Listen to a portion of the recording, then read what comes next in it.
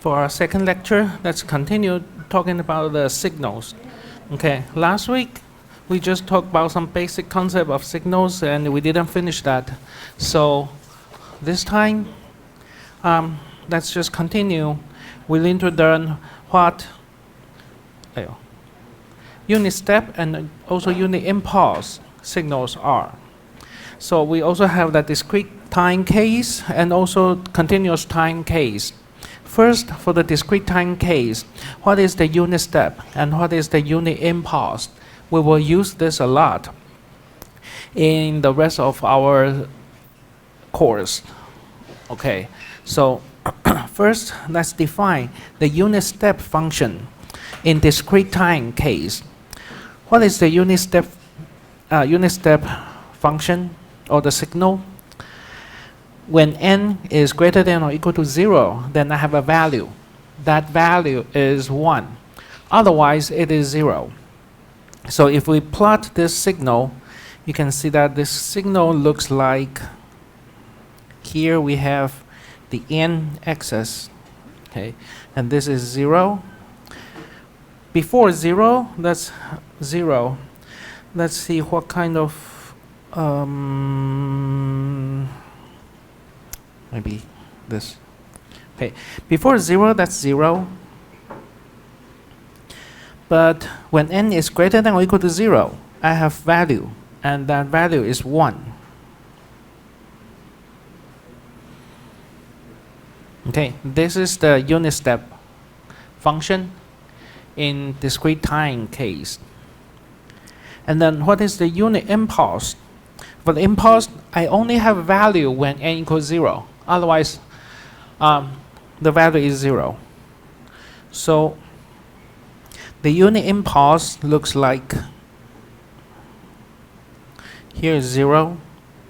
Maybe we just have 0 align the above. So when n is 0, I have a value, and this value is 1. And others will be all 0. Okay, so with these two signals, we can show that actually we can express the unit step functions.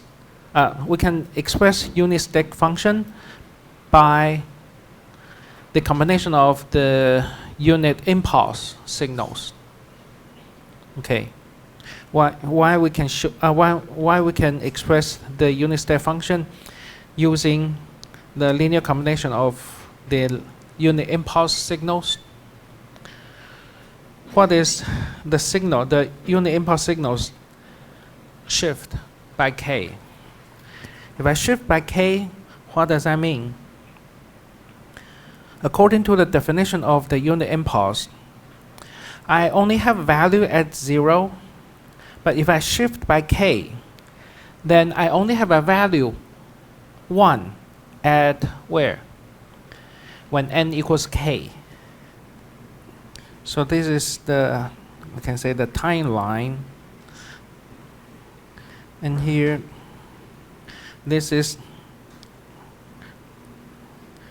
the unit impulse n minus k, which means I have value only at k.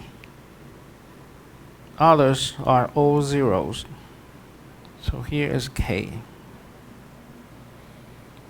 So which means that if this is 1, 2, 3, 4, how do I express this? This signal, delta n minus 1, right? This is delta m minus 2, delta m minus 3. So if I sum that together, then I'll get the unit step function. We can also express the unit impulse signal by the unit step function. How? Because the unit step impulse signal, I only have value at 1 point.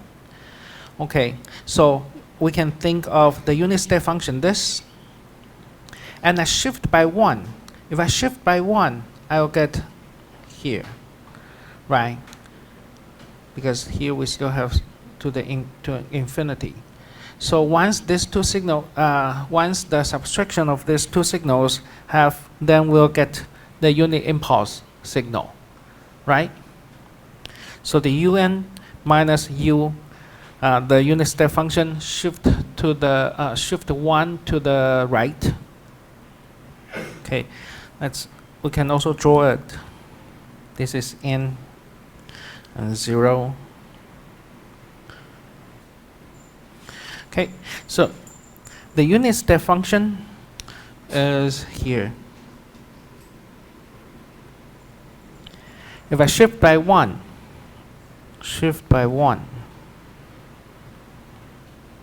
okay, if you do the subtraction, so they all cancel out, then we get 1 at 0. That is the unit impulse. Okay, this is the case in discrete time. Now let's see the continuous time case for the unit step function and also unit impulse function. First, what is the unit step function? Similarly, that I don't have value when the time is less than 0. Once the time is greater than or equal to 0, then I have a value, and the value is just 1. That is the unit step function. So here, and this is the time 0. So when t is 0, that's all 0. When t equals 1, then it becomes 1 till infinity. And then unit impulse function, we also call that delta function, direct delta function. We only have a value at 0, and that value is infinity. So I only have a value at 0, at 0 here to infinity. Others are all 0.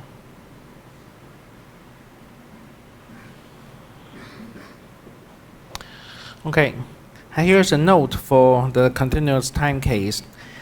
For the unit impulse function, if I take the integration from minus infinity to infinity, so if I take the integration, I will get 1. Very important property, and we will use that a lot. Okay, so you can actually see that in depth. So we have a more solid definition for the unit impulse function. Actually, unit impulse function looks like, and we have this value called alpha. If alpha goes to 0, or that the alpha is really small,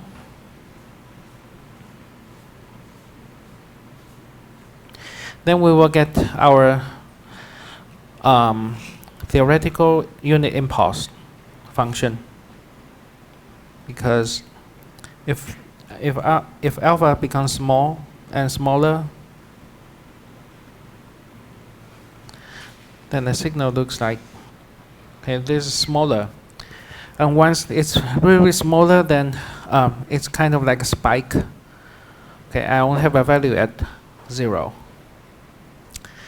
Let's see the relationship between the unit step function and unit impulse function in continuous time case.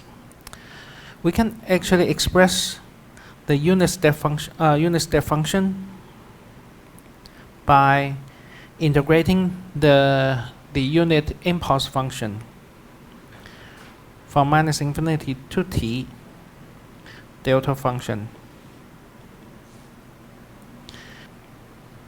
I only have a value at 0, and I need to integrate that. So when t is greater than or equal to 0, then this integration becomes 1. Otherwise, it is 0. Right, from the integration. Okay. I only have a value at 0. Okay. And then if I take the derivative of the unit step function, then I can get the unit impulse function. So to get unit impulse function, then we just take the derivative of your unit step function.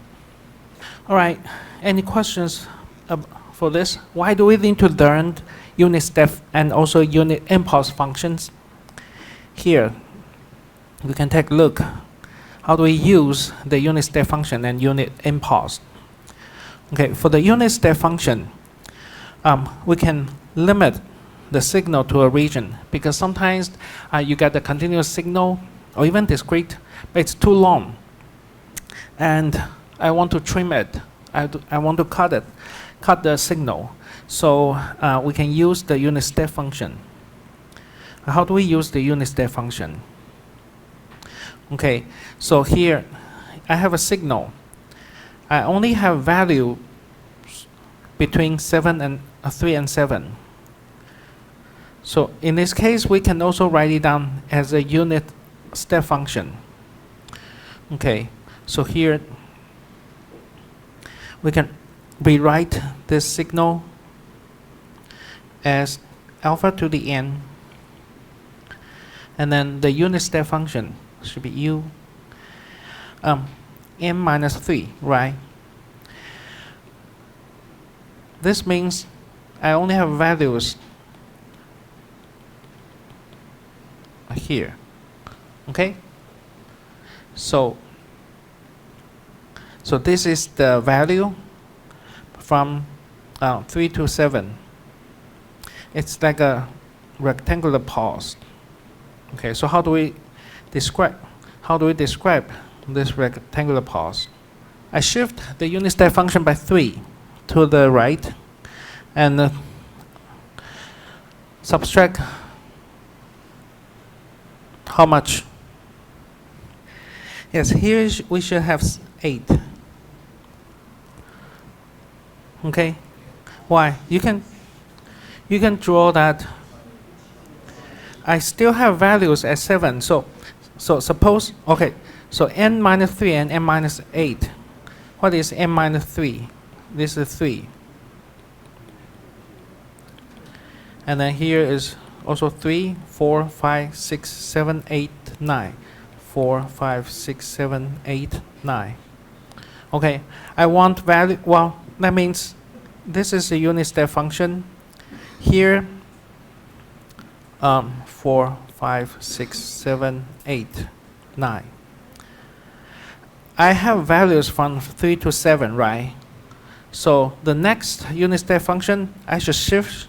If I shift to 7, then I'll cancel out. So I need to shift to 8. Okay, I need those values. I need to preserve here. So I need the unit step function shift to 8. In that case, I can, when I do the subtraction, I still have value at 7. Okay, so here it's 8.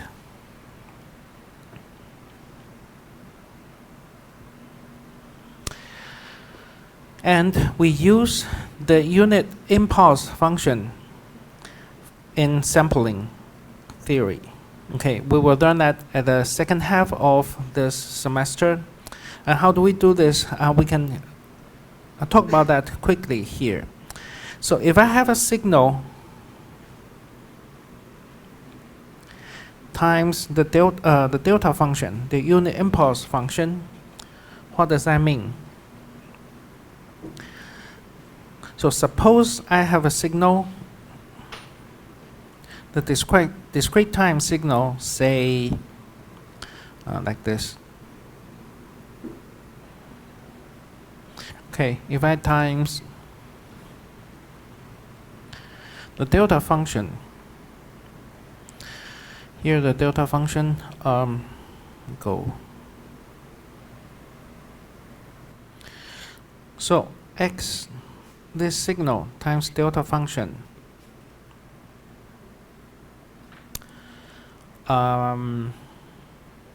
We can have my n from minus infinity to infinity. then we'll get x at 0.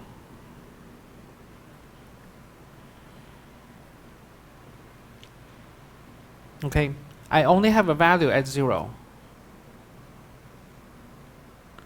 And when delta function at 0, that's 1 in discrete time case.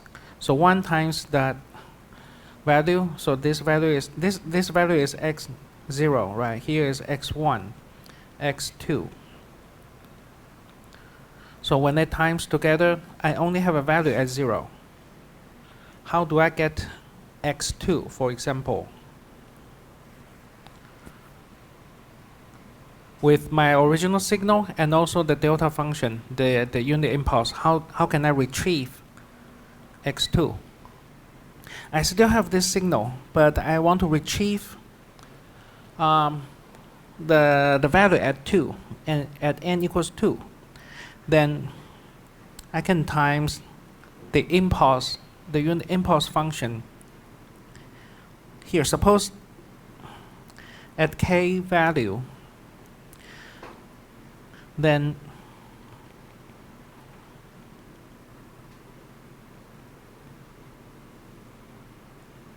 we get x at k. So if we want 2, then we put 2 here. We can get the value at 2. This is for the discrete time case. Then for the continuous time, again, that for a signal, I only have a values between 3 and 7. So this time I can use the unit step function to express that. The value is sine omega naught t. All right.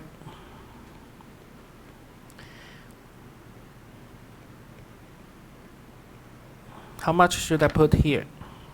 We can see that for the continuous time, this I'll put 7. Think the definition of the unit step function. Oops.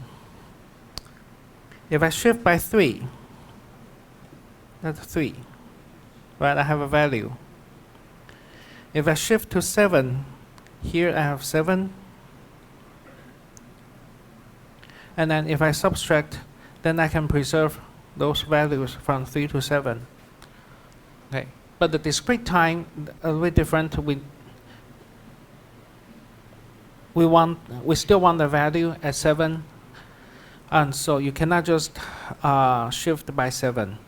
You need to shift 1 more unit. We can also use the continuous time, the impulse signal for the sampling. How can I retrieve the value at 0? We can have our signal times the delta function. We do the integration. If I have x tau, how can I get the value at tau? If I have signal like this, okay, I want to retrieve here this value. So I can have my signal times the delta function shift by tau and do the integration. Because when I shift by tau, I only have a value at tau. And I do the integration. We know that the integration, there will be 1. Okay. So this means that I can only have value at tau.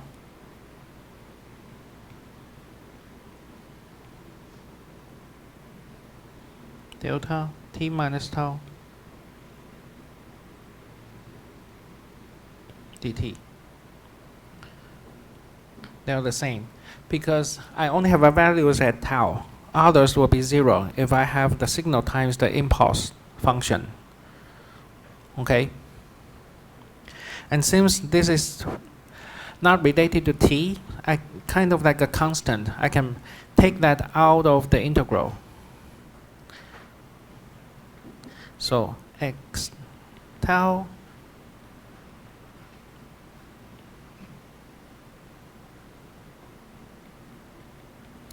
the integration from minus infinity to infinity, delta t minus tau dt.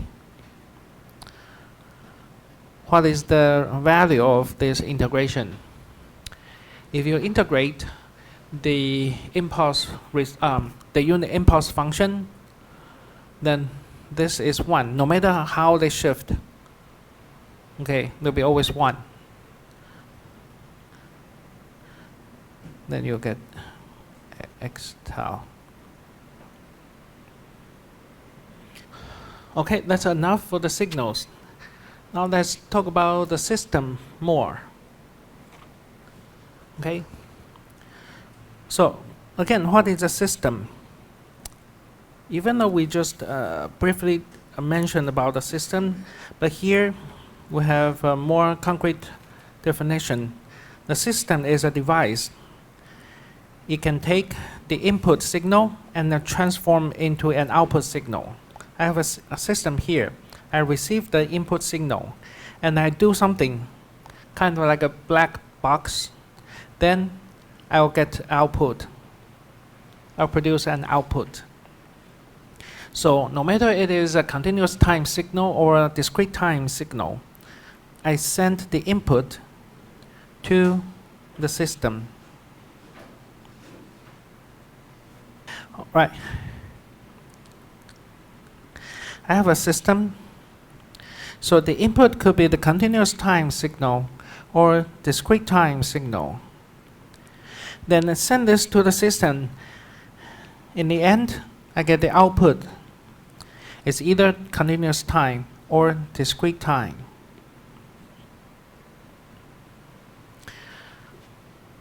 The system can be connected. Okay. So it can connect it in 2 ways, cascade or parallel. So first, cascade means that I send a signal to, let's just try this first. A opacity, no. Solid, too big. Right? So here is system 1 to system 1. Okay, and then I have an output. This output is kind of like intermediate output. And then I send this output as an input to another system we call S2. Then we have an output Yn. We can also send a signal, the same signal, to 2 different systems. So the signal, send it to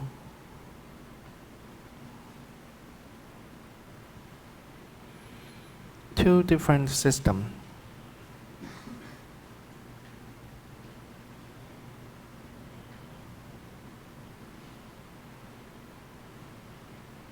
Here's S1 and here's S2, and both systems we can get the output. So I have an output from the system 1. I also have an output from system 2, and then I just sum them together, and overall that's our output.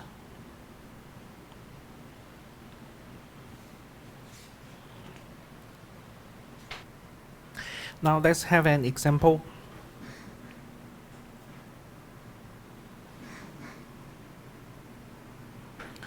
I have a signal, discrete time signal.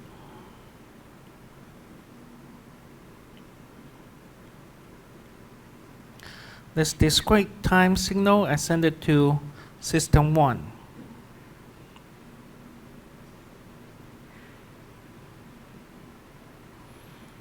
And I have an output, the Y that's compressed to X. Now I have another system called system 2. And then the output is xn minus 3.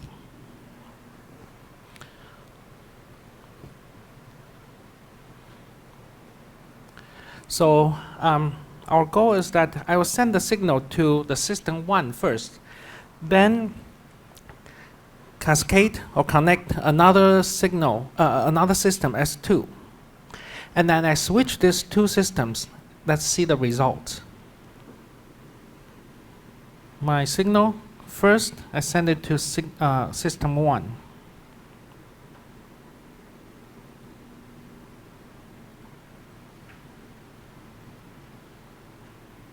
And then I send it to signal 2. The system 2.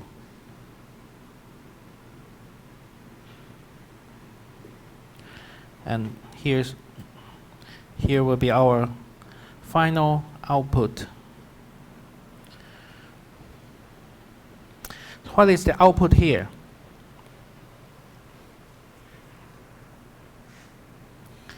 The output here, we can write it down the y m. It should be x or 2m. Okay? That's our intermediate output here. And this will be the input to the system 2. So what is the output after system 2?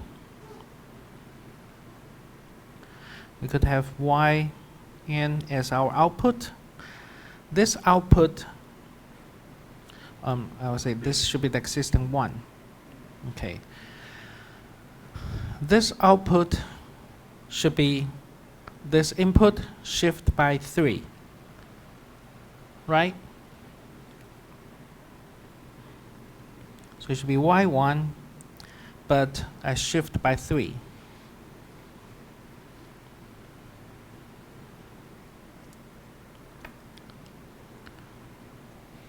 Which means, how can I express that into my original input? My m becomes n minus 3. So this is x, and I put 2 here. That's n minus 3.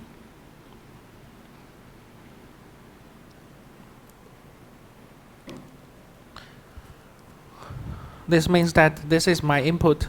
After cascading these two systems, then my output is in this form.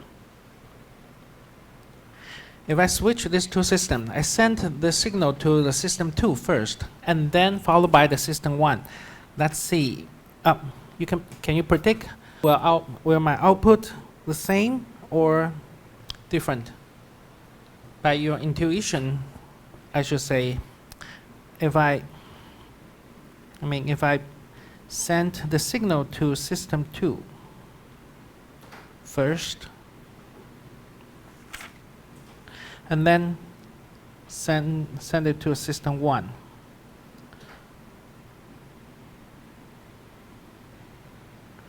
If the output will be the same or not. All right, everyone, if you think that my output is same, this should be like 2 times n minus 3. Raise your hand. Okay.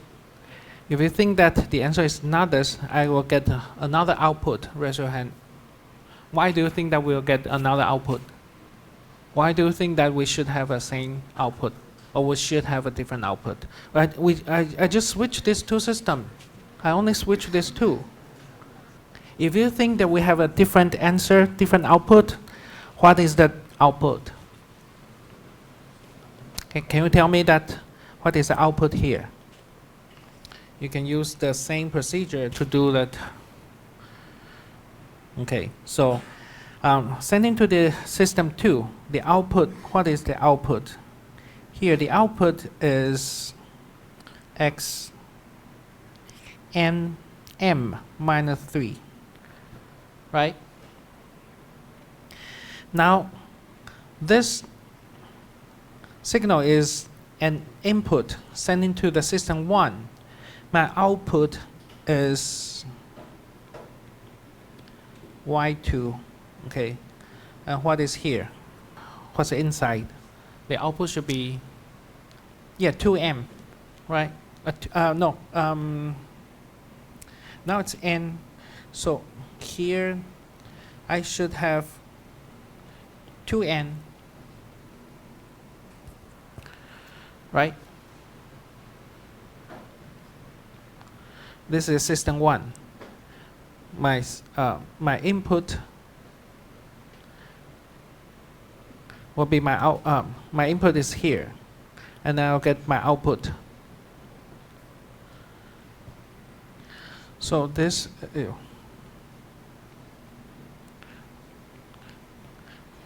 is the x, and then y2. Now I change variables. M becomes 2n, so here I have 2n minus 3.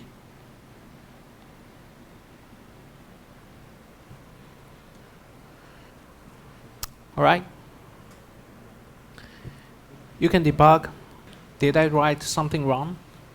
Good time for you to think about this. Is that correct? Or you have any doubts? All right, let's continue. First, why do you think that they are different?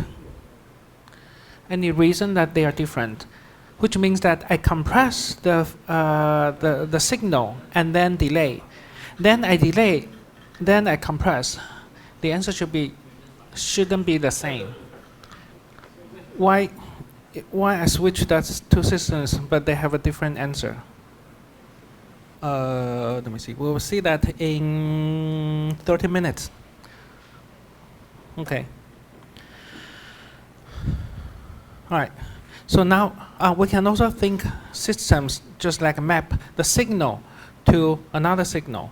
So they map signals to signals.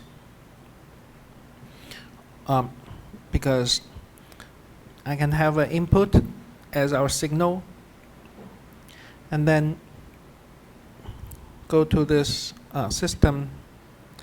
I get the output, and output actually is still a signal.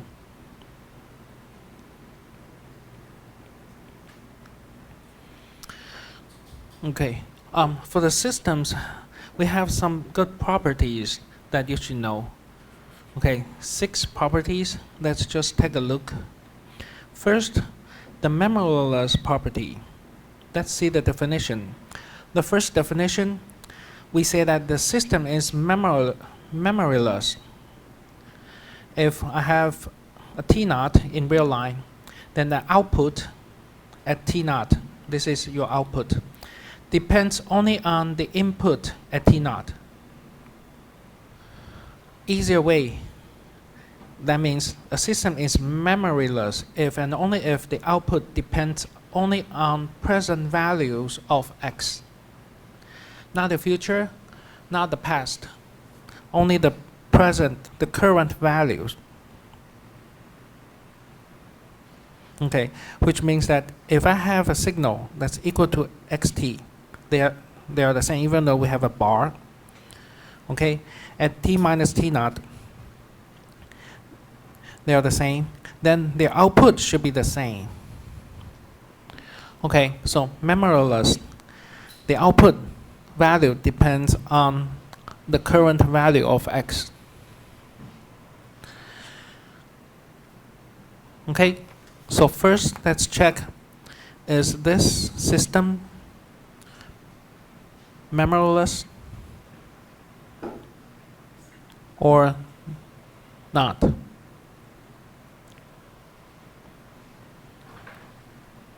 You can see that this is like a system, this is the output, and the input is xt plus xt minus 1. Is this system memoryless?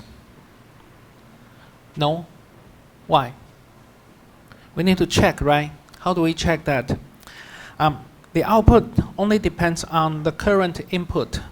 So suppose t is 0. Here is 0, 0, then I have x minus 1. This value is not the current value. That's the past value, right? So you get your output with the past value, this is not memoryless. So this is no. How about the second one? Is the memoryless? Yes, because we put 0 here. Well, the input at 0, my output I only get y of 0, right? So it is memoryless. This one, no. So this is also not memoryless because again, you put 0 here. My output at 0 is related to your input a unit before, -1, so not memoryless. And how about this one? Again, the memoryless means that my current, the output depends on the current value of your input. So is this memoryless? How do we check? Okay, we can check 0. Okay, so y of 0. Here I have x of 0, the current value. Even though we have x plus 1, okay, we put 0. That's just a constant. Okay, so it is memoryless. But if I have x plus 1, well, x of t plus 1, that will be different. Okay, so this is memoryless. The last one, is that memoryless? If you say no, that means your current output depends on, okay, what is your current output depends on? On the past or on the future? If we put 0, here we have x1, right? 0, but I get 1.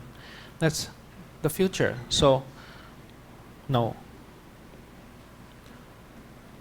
This shouldn't be that difficult, okay?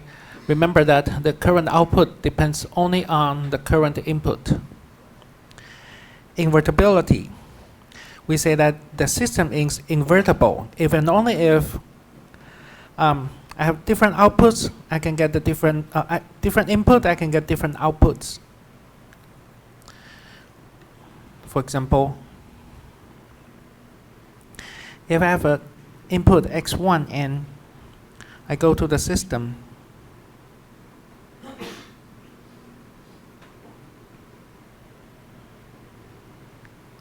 here's the output y1. And then I have another input x2. As I send to the same system, this input is not equal to x1. Okay. Suppose the output is y2. This y2 cannot be equal to y1. Okay. Every time you have a different input, I should have a different output.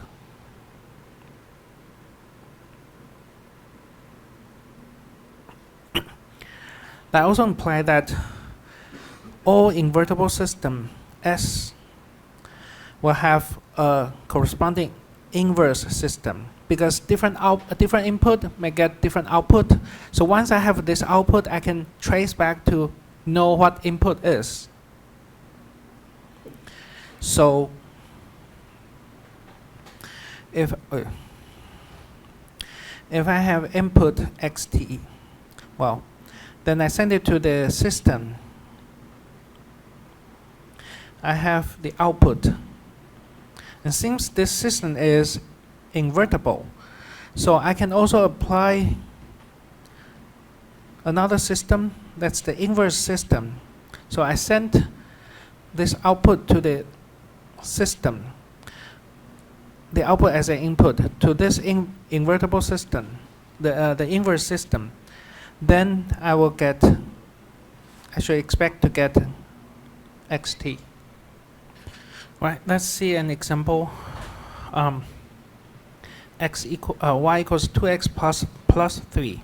Is this system invertible or not? If we can find the inverse system, then yes. Or if you can, you need to find the, if you say that it is invertible, then you need to tell us the inverse system. So y equals 2x plus 3. That means the x equals y minus 3 divided by 2. Put it here. Which means the y inverse is x inverse t minus 3 divided by 2. So it is invertible.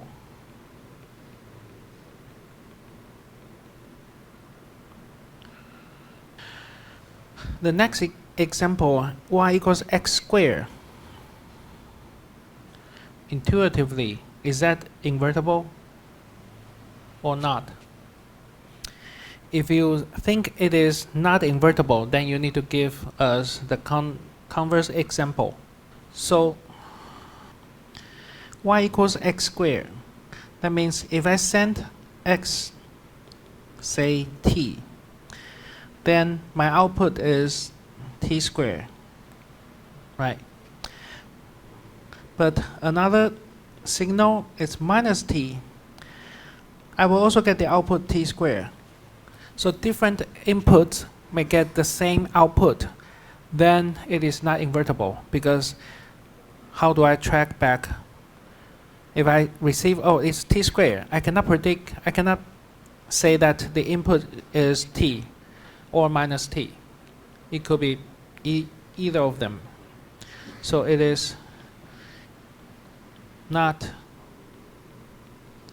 invertible.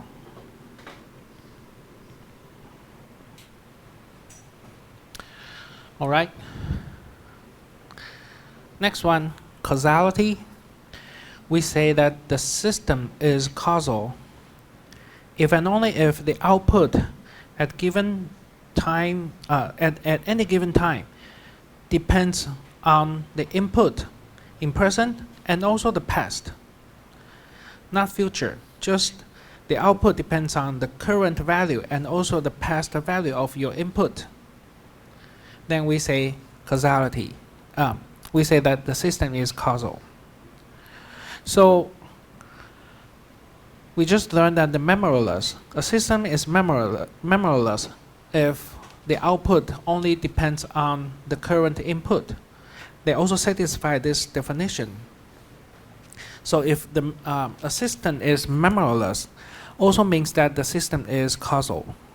How about the other way around?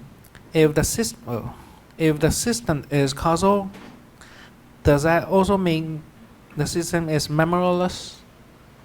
No, right? Because we don't depend on the past value. Okay, so here is no. Again, 1, 2, 3, 4, 5, 6. 6 examples try to determine that if the system is causal or not. If the system is causal, that means that the output depends on the past value and also current value of your input. Therefore, first one, do you think that this is causal or not? No, because why? Depends on the future, right? If I put 0 here, 0, when I have 0, when I add 0, then I get the value at 1. So this is not causal. Second one, yes. Okay, this is causal. The third one, is that causal or not? Yes. Is this also memoryless? This is causal, and also it is memoryless.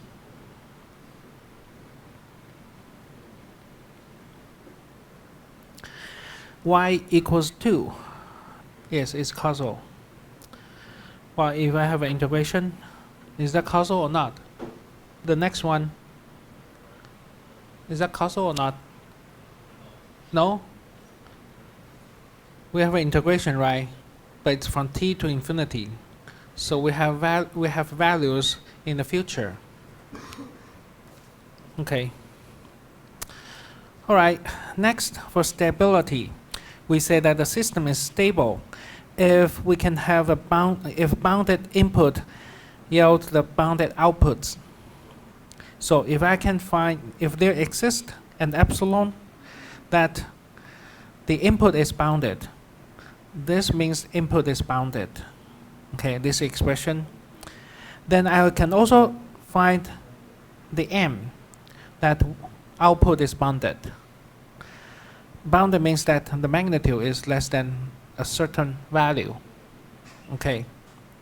So for example, we say that y equals exponential to the x of t.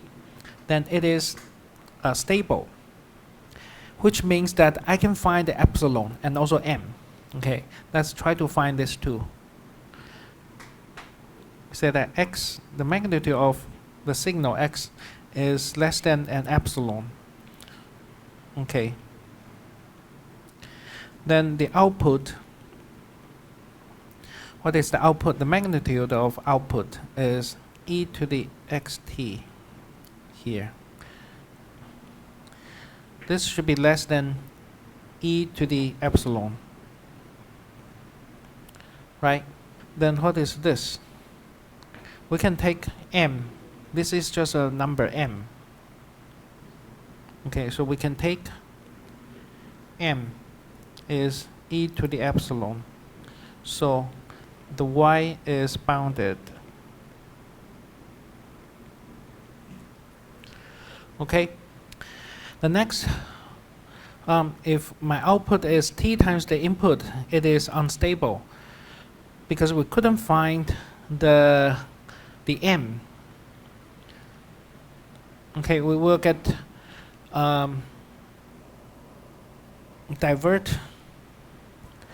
we'll get the diversion of your output, because if we have, suppose the output, the input is bounded. Okay, so this means that the input is bounded. But let's see the output. Can output be bounded? In this case, we have t xt, and this would be less than to t times epsilon. But for t could be infinite. So I cannot find a value m to satisfy this equation. So the system is unstable. Let's move on. The time invariance. We say that the system is time invariant if the input, either in discrete, continuous time or discrete time, giving the output, and then if I shift the input, then my output also shift the same unit. If I shift the input by t naught, then my output should be also shifted by t naught. If the input shift by t naught, then your output is also shifted by t naught. Okay, so let's see this example. If I have a cascade system, if the cascade case, I have an input, and then I send it to the system that is a time delay system.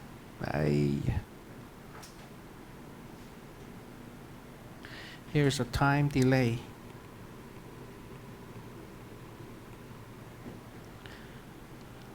And then I send it to the system.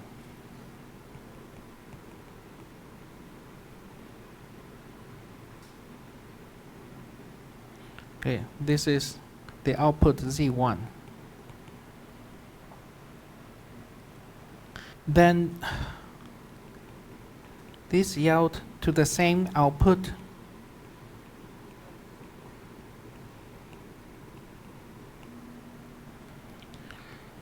Just like switch, if I send it to the system,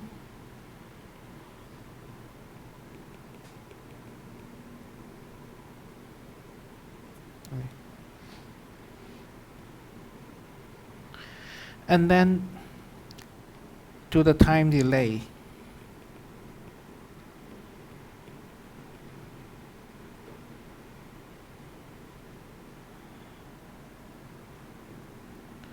And the output is Z2.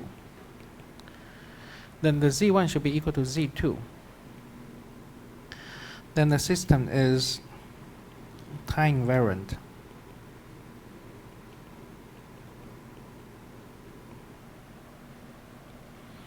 Okay, I can do the time delay first and then send it to a system. Or I send it to a system first, then doing the time delay. The output should be the same. Let's see an example. Right, we need to check if this is this system is time invariant. How do we check that? Using this concept. Okay, so we need to verify that. I have a signal. First, I just send it to the time delay, say n0. So time delay by n0.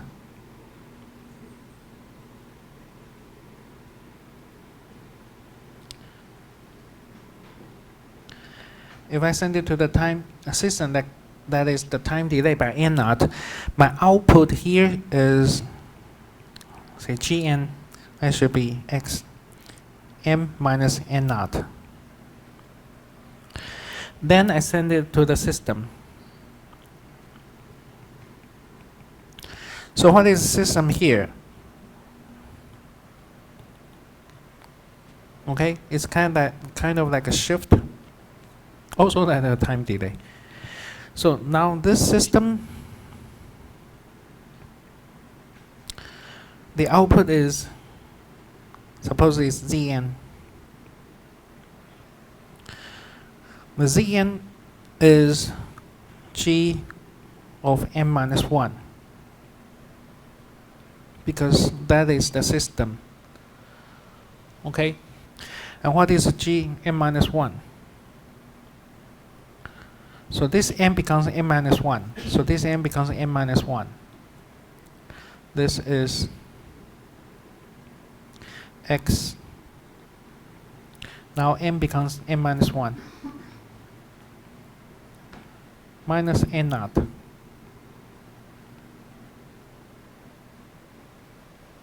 Now let's check if I send the signal to the system first and then delay.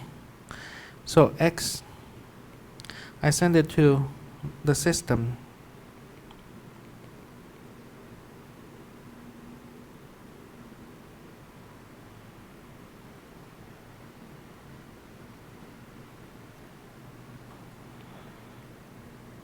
So if I send it to system, that means the output is y, and that is x m minus 1. And then we have a time delay by n naught.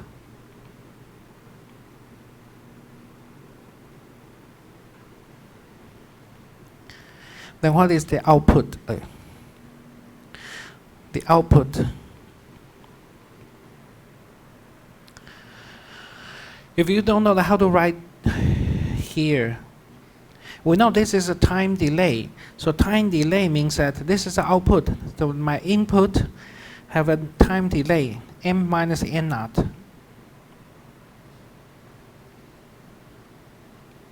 Okay, so now your m becomes m minus n naught. M minus n naught. So, okay. So we have x m minus n naught minus 1.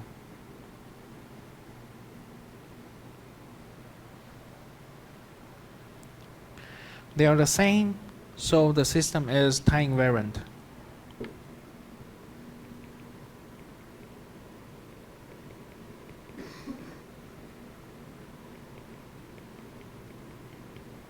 Now, the next one, if you get confused 30 minutes ago, let's see that again. I have a system. If you see this system, is like doing compression. Okay, if you see this form, n and here 2n, that means compression. Okay, so here,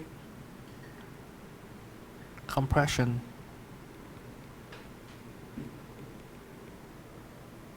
Or this is also called down sampling.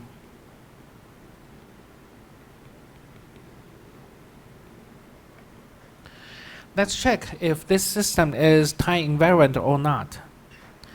So to check if the system is time invariant or not, you can send the system to, you can send the signal to the system first, and then do the time delay, and vice versa.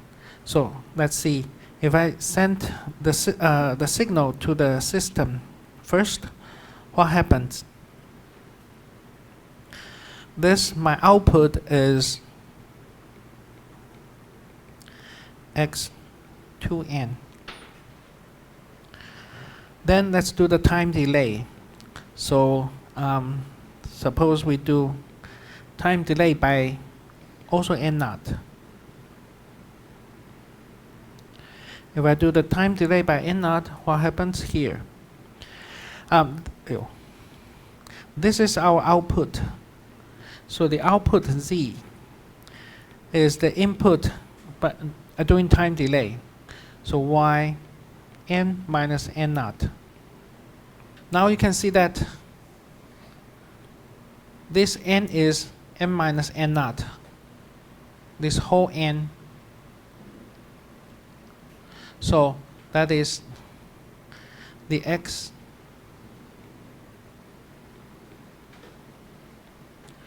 two and then n minus n naught.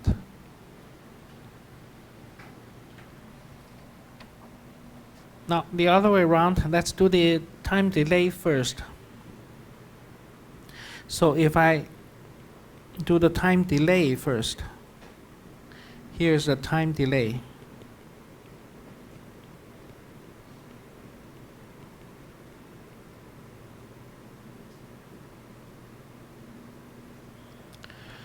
What is the output? If I do the time delay, suppose we have a gn, that is x n minus n naught.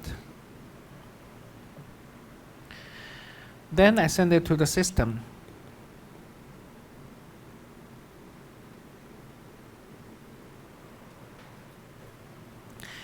If I send this to the system, my output is Zn. Okay, the Zn should be what? G of 2n. Again, that I'll just change variables. N becomes 2n. Here I change variables. This n becomes n minus n naught. Okay, so here I have x 2n minus n naught.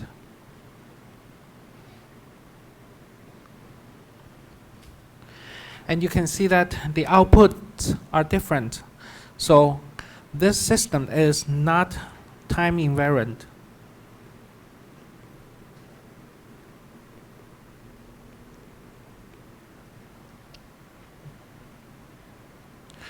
Okay? I think you should do that by yourself, then you know that how to verify it.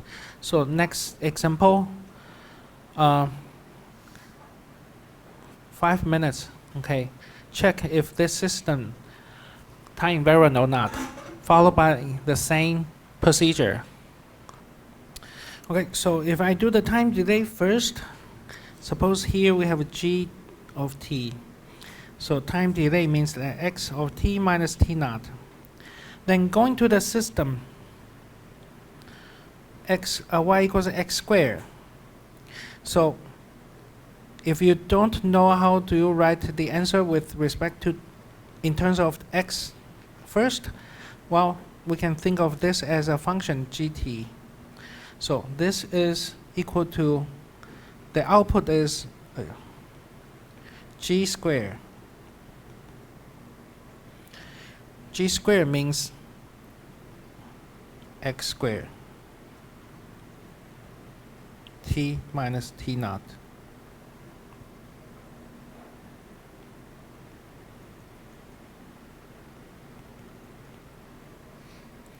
Right? Now if the signal goes to the system first, then the output is x squared. During the time delay, for the time delay, that's y over t minus t naught. Now you see t minus t naught is the previous t. So I will replace the t by t minus t naught. Here I get x squared t minus t naught. Okay, so this is time invariant.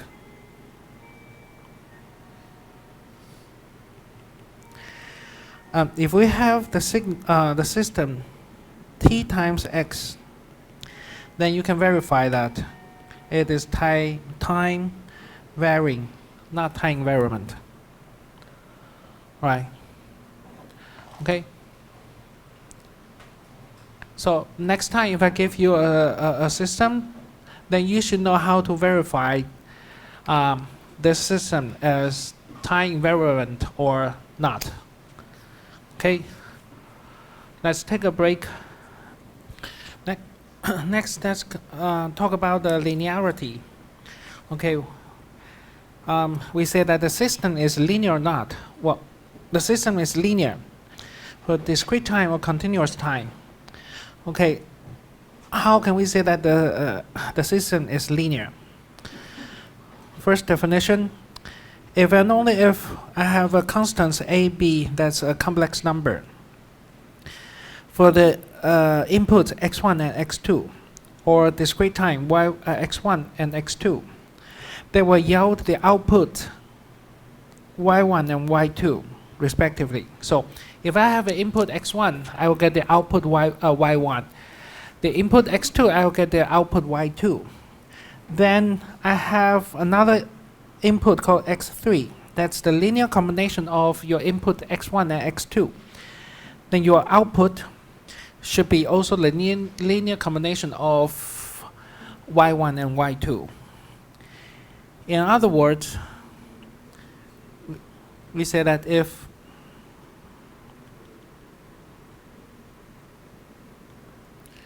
the x1, if I send it to the system,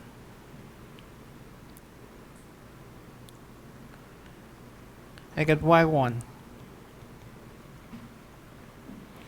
And also another input x2, send it to the system, I get y2 as our output. Then the linear combination of your input ax1 plus bx2. Right, I still send it to the system.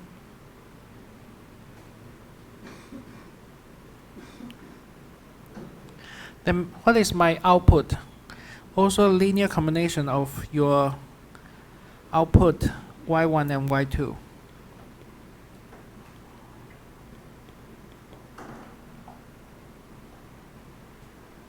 Then we call that this system is linear.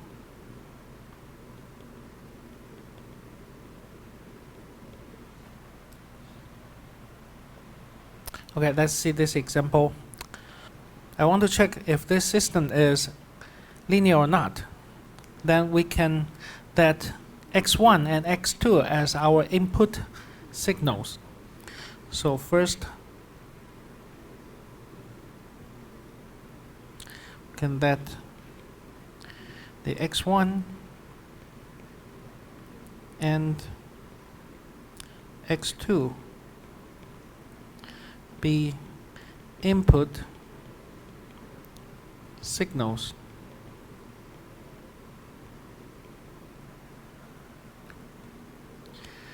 That means I should have an output y1. Okay, the y1 should be x1 to minus n, and also y2, the output is x2 minus n.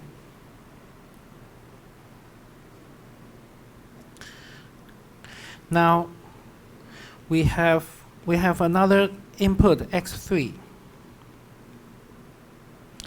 Okay, we define x3 as a linear combination of input x1 and input x2.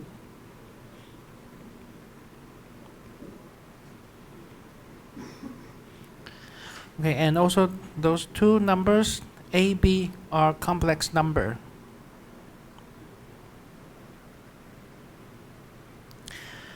Then what is the output? The response output y3 to x3 is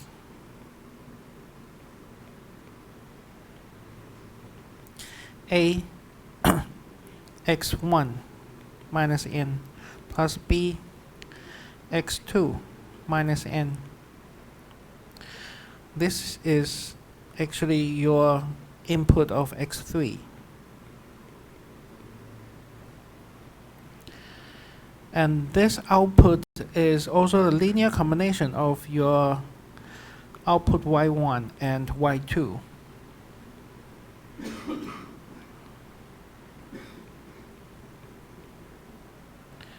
So this system is linear. Next example, y is x squared. I just tell you that this is not linear. And we can also prove that, because if I have an output y1, their corresponding input x1, so that'll be x1 squared. And y2, their corresponding input is x2, so y2 is x2 squared. Suppose we have x3, that is the linear combination of your two inputs. For these two inputs, ax1 plus bx2, then we should expect our output y3 should be x3 squared. Right, that is our expectation. Then x3 squared is ax1 plus bx2 squared. This is not like ay1 plus by2. Right? We also have a cross term. 2 times ab times x1, x2. So it is not linear. So we consider so in our class we only considered the systems are linear and time invariant. We call that LTI system. And you will see that if your system is LTI, linear time invariant, then no matter how many systems you have cascaded, you can switch. The result will be the same.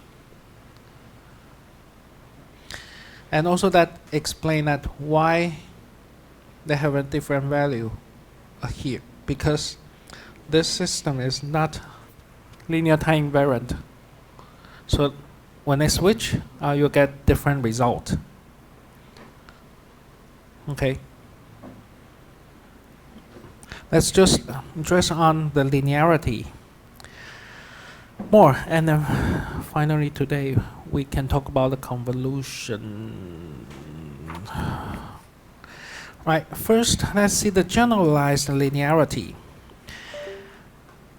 Let's consider a collection of inputs and then their corresponding output yk. So x1, their output is y1, x2, their output is y2. So if I have a xk, then my output is yk.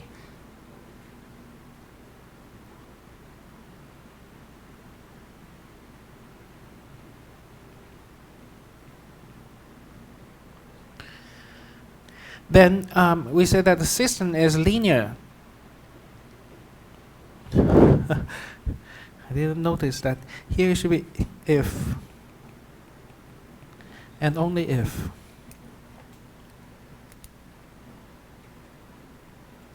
Okay, if and only if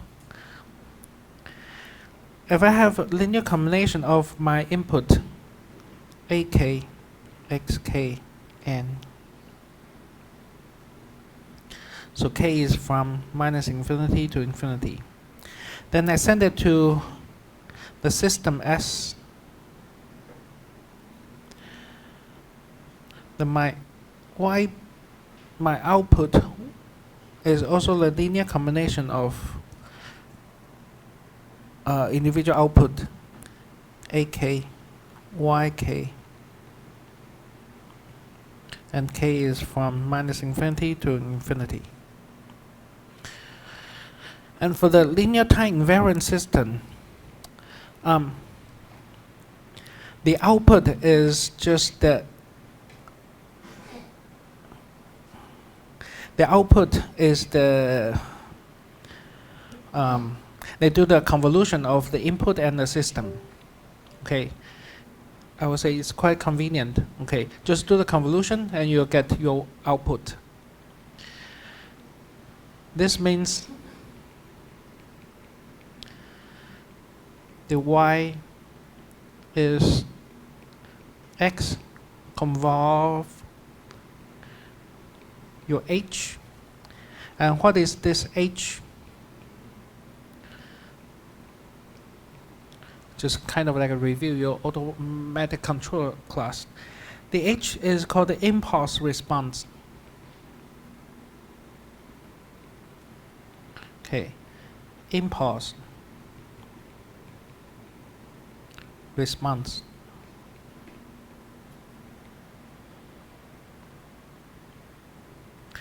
Oh, what is impulse response? Let's take a look.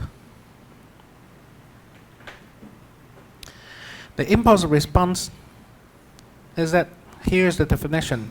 Impulse response, we say H, well, for continuous time and discrete time, is the system's response to the unit impulse, which means my input is a unit impulse and send it to the system. Here's the unit impulse. And then my output is the impulse response. So I can draw, suppose for the discrete time case,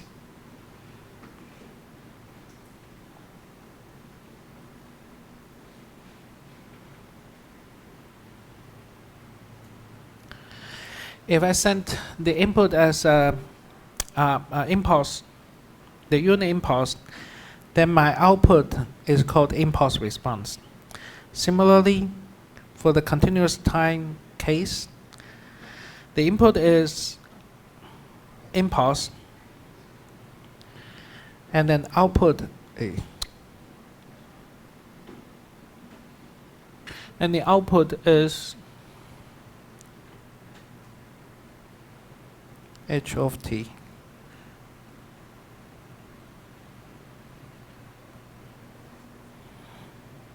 So according to this definition, we have some observations. First, let's see the observation 1. Any discrete time signal can be written as a sum of impulses.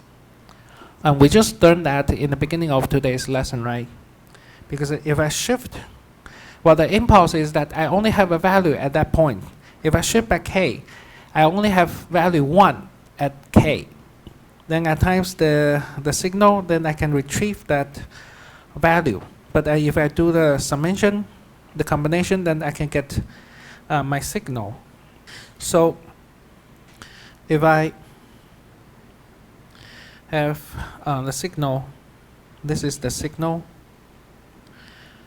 and let's see, here is x at 0, x at 1, x at 2, 3, okay, this is x at 0, x at 1, x at 2, x at 3. And the impulse, we know that it is 0 unless at 0 we get the value 1. So if I shift back k to the right, or even to the left. Okay, so if I shift by k, I get value here at k, and it is still 1. So to get the signal, okay, I can have like x at 0 times the impulse at 0, x at 1 times the impulse shift by 1 to the right. Similarly, x at 2 times the impulse shift to the right by 2 unit. Okay, this could be like a 1, 2, 3. Okay, and then you do the summation. Then you get your signal. So the signal can be written as a sum of impulses. Those are the impulses. So it is like this plus this plus this plus here, and you sum all of them to get your x. Let's see another observation for the convolution. The response to a discrete time linear system also can be written as the sum of your input and times the impulse response. So here you can see that the dummy variable is k. The function is n, right? So this means that this is a constant. This is a constant.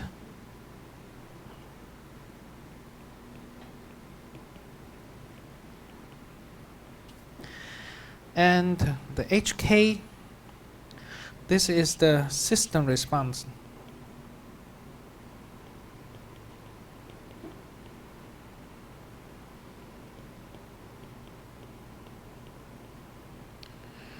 To the impulse, the unit impulse shift by k to the right. Right, so first let's have the unit impulse, shifted unit impulse, send it to the LTI system.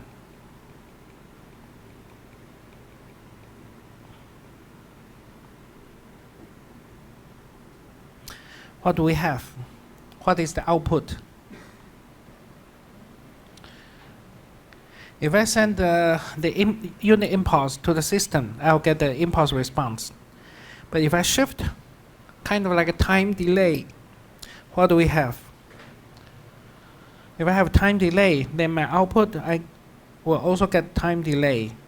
And here we will write it down as hk, and that is the impulse response shift by k.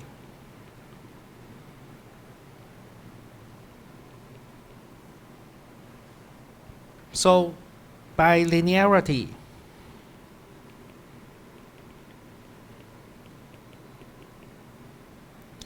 if my input is a linear combination of a bunch of shifted impulse, unit impulse,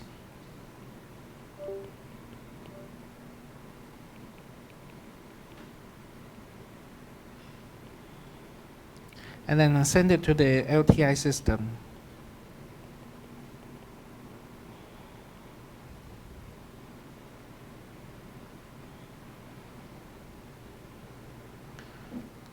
then my output is also the combination of your impulse response. So it'll be AK, HK, N, K from minus infinity to infinity.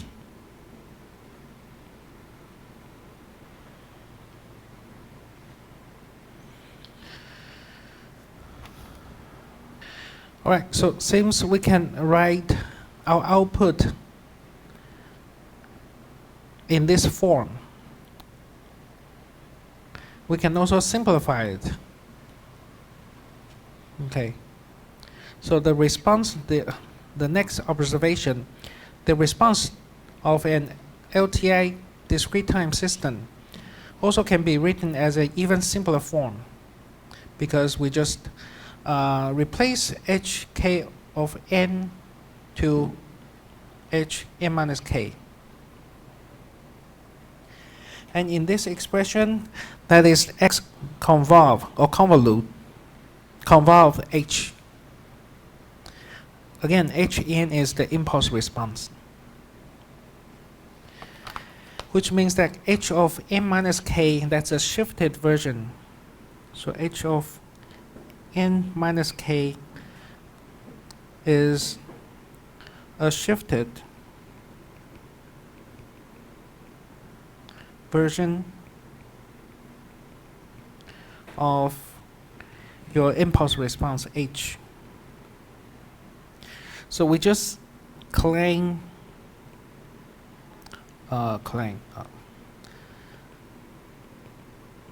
we can write it down h of k n, that means a shifted version, that's equal to h m minus k.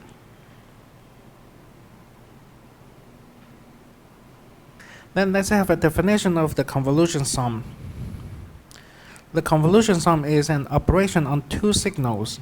So if I have a signal z1 and z2 and do the convolution, here is the form. Okay.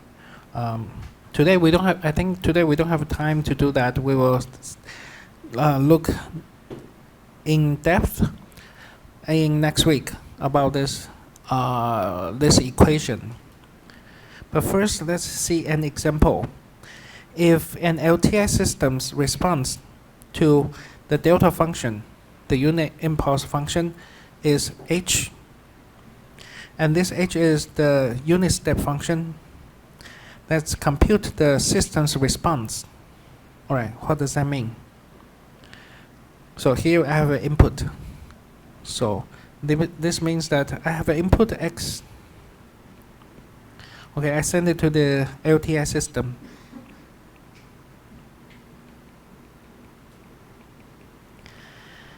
And then I get the output. Okay, so suppose output is yn. Now the yn is the input convolved the impulse response, the system. Okay, and what is our input? I give you the system, the impulse response, that's unit step function. But here, what is the input x? So here is the x. Okay, suppose the x is, here's 0, this is 1. We have 1/2, 0, 1/2, and 1, and 0.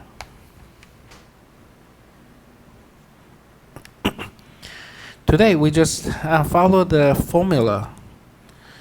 Okay, so this is the summation x k times h n minus k. K is from minus infinity to infinity. What is the next? Since the x is quite easy, I just have two values. So this means that actually three values, but I only have a values at 0 and 1. So that means this is x0 h m minus 0 plus x at 1 times the shifted version of the impulse response h n minus 1. And we know that the impulse response is a unit step function. So this, again, you can see that this part is a constant, and this is the system response to what? Constant. This is to here the unit step function, and x equals x at 1 is 1 times the unit step function m minus 1. Okay, so what is the unit step function? Okay, so here the magnitude is 1/2. So here's O 1/2, 1/2, 1/2, and to the infinity.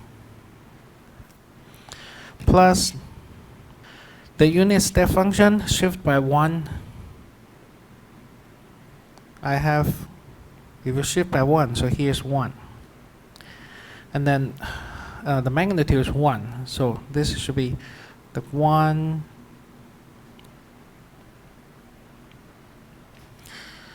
So overall, you get, that's a plot here. So the first is still 1/2, right? This is 1/2. And when n equals 1, 1 plus 1/2, you have 3/2. So here's 3/2. And after that, there will be all 3/2. So here's 1/2, and this is 3/2. Okay?